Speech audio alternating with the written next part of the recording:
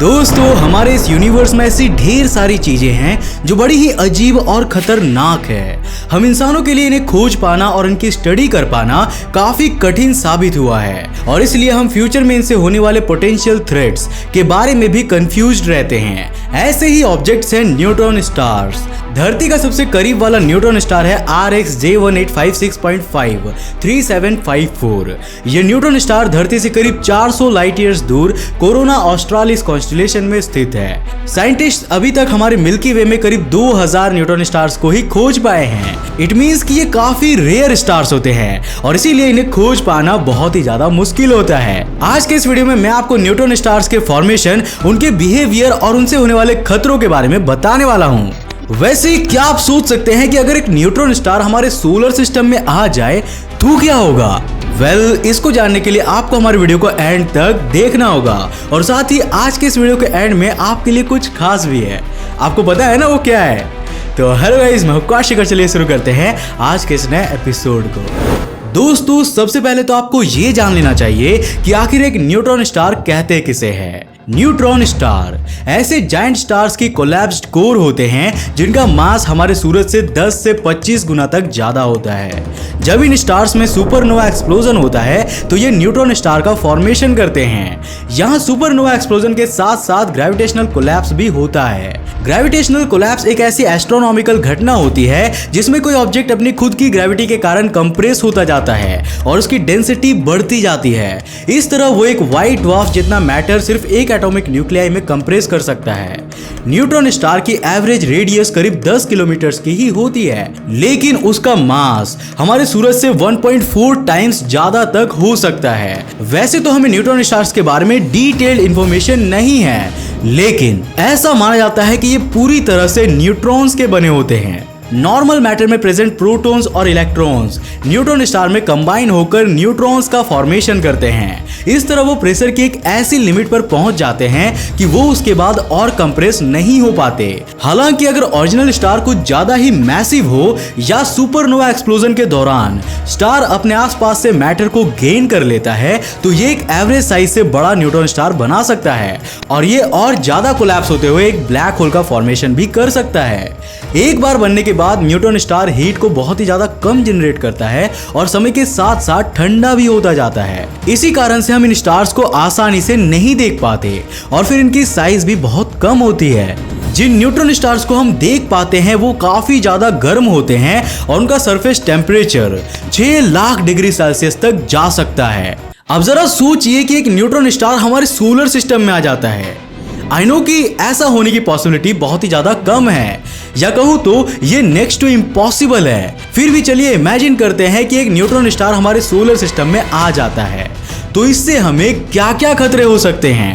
एक neutron star की gravity बहुत ही ज्यादा हाई होती है और अगर ये हमारे सोलर सिस्टम में आ जाता है तो ये अकेले ही इसके सारे ऑब्जेक्ट्स की पोजीशन को चेंज करके रख देगा। सारे के सारे प्लैनेट्स अपने ऑर्बिट से भटक जाएंगे और एक दूसरे से कोलाइड भी कर सकते हैं। अगर हमारी धरती की ऑर्बिट भी इसके कारण बदल जाती है और हम सूरज के हैबिटेबल जोन से बाहर निकल जाते हैं तो धरती पर एक बार फिर से आइस एज आ सकती है और ये वाली आइस एज पहले आई किसी भी आइस एज से काफी ज्यादा भयानक होगी। और हाँ, इससे धरती पर रहने वाले ऑलमोस्ट सारे के सारे जीव खत्म हो जाएंगे। जी हाँ, और इसमें हम इंसान भी शामिल होंगे।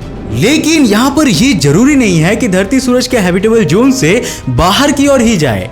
हो सकता है कि ये उसकी दूसरी डायरेक्शन में चली जाती है, मतलब सूरज के और भी करीब चली जाती है।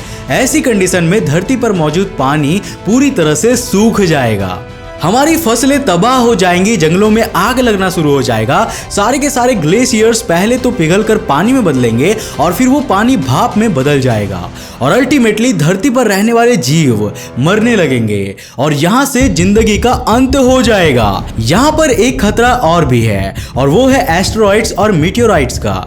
आज से 6.5 करोड़ साल पहले गिरे चिक्सुलूब एस्टेरॉइड के कारण डायनासोर्स का अंत हो गया था। अब जरा सोचिए कि जब एक नहीं दो नहीं बल्कि हजारों एस्टेरॉइड्स और मीटियोराइट्स हमारी धरती से टकराएंगी तब हमारा क्या हाल होगा। तब सबसे पहले तो यहाँ के ओशियंस में सुनामी आ जाएगी और जगह जगह पर वोल्केनिक इरप्शंस होने लगेंगे, यानी कि हर कंडीशन में हम इंसान यहाँ धरती पर जिंदा नहीं रह पाएंगे। अब चॉइस आपकी है, आपको हीट से मरना है, कोल्ड से मरना है, एस्टेरॉइड से या फिर मीटियोराइड से। वेट ए मिनट, ये कोई केबीसी थोड़ी ना है जो यहाँ पर आपको केवल 4 ही ऑप्शंस मिलेंगे। अभी तो बस शुरुआत है।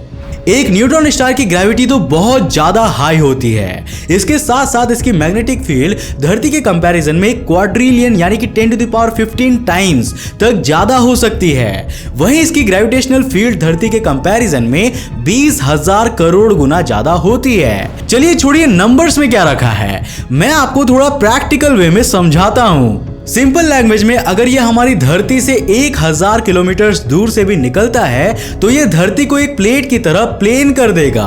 इसके 1000 किलोमीटर के रेडियस में आए किसी भी सब्सटेंस का स्पैगेटिफिकेशन हो जाता है, मतलब वो एक लंबी रस्सी की तरह लगातार स्ट्रेच होता जाता है। 1000 किलोमीटर तो छोड़िए, अगर कोई धरती जैसा ग्रह न्यूट्रॉन स्टार के कुछ लाख किलोमीटर के रेडियस में भी आ जाता है तो इसकी ग्रेविटेशनल फील्ड उसके टुकड़े टुकड़े कर देती है। मैंने अपने एक पिछले वीडियो में आपको मैग्नेटार के बारे में बताया था। ये ऐसे न्यूट्रॉन स्टार्स होते हैं जिनकी मैग्नेटिक फील्ड एक नॉर्मल न्यूट्रॉन स्टार्स के कंपैरिजन में 1000 गुना ज्यादा हो सकती है।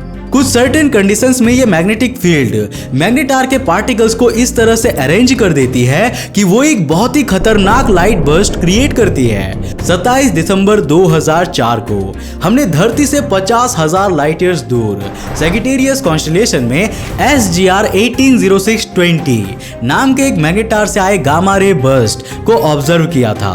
ये इवेंट सोलर सिस्टम के बाहर हमारा ऑब्जर्व किया हुआ आज तक का सबसे ब्राइटेस्ट इवेंट था। सिर्फ 1 सेकंड में इस गामा रे बर्स्ट ने इतनी एनर्जी को रिलीज कर दिया था जितनी कि हमारी सूरज करीब 1.5 साल में प्रोड्यूस करता है। सॉरी 1.5 साल नहीं बल्कि 1.5 करोड़ साल में जितनी एनर्जी प्रोड्यूस करता है। मतलब अब जरा आप सोचिए कि ये कितनी ज्यादा एनर्जी है। जरा सोचिए, ये मैग्नेटार 50,000 लाइट ईयर्स दूर स्थित है और इससे निकलने वाली रोशनी हमें मून से आने वाली रोशनी से भी ज्यादा दिखाई दे रही थी। अगर ये ऑब्जेक्ट कहीं हमारी धरती से 10 से 20 लाइट ईयर्स दूर होता और उसमें ऐसे गामा रे बर्स्ट हुआ होता तो हमारी धरती की ओजोन लेयर तो बिल्कुल बर्बाद हो जाती, और वो भी 1 मिनट के अंदर। धरती पर हमें झटका उतनी जोर से लगता जितना कि हिरोशिमा पर न्यूक्लियर बॉम्ब गिरने पर वहां के लोगों को हुआ था। और अगर ये मैग्नेटार हमारे सोलर सिस्टम के अंदर ही गामा रे बर्स्ट करता तो भाई हमारे सूरज के बिना इस सोलर सिस्टम में कुछ बच ही नहीं पाता। मैंने आपको बताया है कि एवरेज साइज के न्यूट्रॉन स्टार का मास भी हमारे सूरज से 1.4 टाइम्स गुना ज्यादा ही होता है। ऐसे में अगर एक बड़ी साइज का न्यूट्रॉन स्टार हमारे सोलर सिस्टम में एंटर हो जाता है तो ये सूरज को भी अपने अंदर निगल लेगा, और बाकी के प्लैनेट्स का क्या होगा? आई डोंट थिंक कि ये देखने और सोचने के लिए हम जिंदा रह पाएंगे। अगर एक एवरेज साइज का न्यूट्रॉन स्टार हमारे सूरज के पास आ जाता है तो ये उसका कंपेनियन स्टार भी बन सकता है, और इस तरह हमारा सोलर सिस्टम एक बाइनरी स्टार सिस्टम बन जाएगा। अब ये प्रेडिक्ट करना तो काफी कठिन है कि इस समय हमारी धरती रहेगी या नहीं, क्योंकि ये डिपेंड करता है कि वो न्यूट्रॉन स्टार किस डायरेक्शन से आ रहा है और कौन कौन से ऑब्जेक्ट्स उसके रास्ते में आते हैं और उन पर उसका क्या प्रभाव पड़ता है। पर अभी के लिए हम ये मान लेते हैं कि इसमें हमारी धरती बच जाएगी, ठीक है ना? अब तो आप खुश होंगे क्योंकि यहाँ पर हमारी धरती बर्बाद नहीं हो रही, लेकिन इतना खुश होने की भी जरूरत नहीं है, क्योंकि 2 स्टार्स का मतलब होगा कि हमें आसमान में 2 सूरज दिखेंगे। सूरज से आने वाली अल्ट्रा वायलेट रेडिएशन भी डबल हो जाएगी और हमारी धरती पर गर्मी भी लगभग डबल हो जाएगी। अगर ये दोनों स्टार्स धरती के ऑपोजिट डायरेक्शन में होते हैं तो धरती पर कभी भी रात नहीं होगी। वैसे आप इसके बारे में क्या सोचते हैं? क्या इस कंडीशन में भी हम सरवाइव कर पाएंगे? हमें नीचे कमेंट करके जरूर बताना। वैसे गाइज मुझे बहुत खुशी हुई कि आप में से इतने सारे लोगों ने इस गिवअवे में पार्टिसिपेट किया और अपने वैल्यूएबल कमेंट्स हमें दिया। इसके लिए आप सभी को दिल से शुक्रिया। आप इस लिस्ट में देख सकते हैं उन 30 लकी विनर्स को जिन्होंने अंतरिक्ष टीवी मर्चेंडाइज टी शर्ट्स को जीत लिया है। हमारी टीम इनका ऑफिशियल अकाउंट से इनसे कांटेक्ट कर लेंगी और डिस्ट्रीब्यूशन के लिए सारी इंफॉर्मेशन कलेक्ट कर लेंगी। और जिन लोगों को ये नहीं मिल पाया मैं उनसे कहूंगा कि यार हार मत मानो, अभी तो गिव अवे की बस शुरुआत हुई है, क्या पता अगले बार आप ही जीत जाओ। तो इसी बात पर इस चैनल को सब्सक्राइब कर लो ताकि आप हमारे आने वाले सारे वीडियोस देख सको। अगर आपको वीडियो पसंद आया तो इसे लाइक करने के साथ साथ अपने फ्रेंड्स के साथ जरूर शेयर करना। अगर आप नए हो इस चैनल पर तो ऐसे इंटरेस्टिंग वीडियोस के लिए चैनल को सब्सक्राइब करने के साथ साथ नोटिफिकेशन बेल को ऑन कर देना ताकि आप देख सको हमारे वीडियो सबसे पहले। तब तक के लिए बाय, जय हिंद।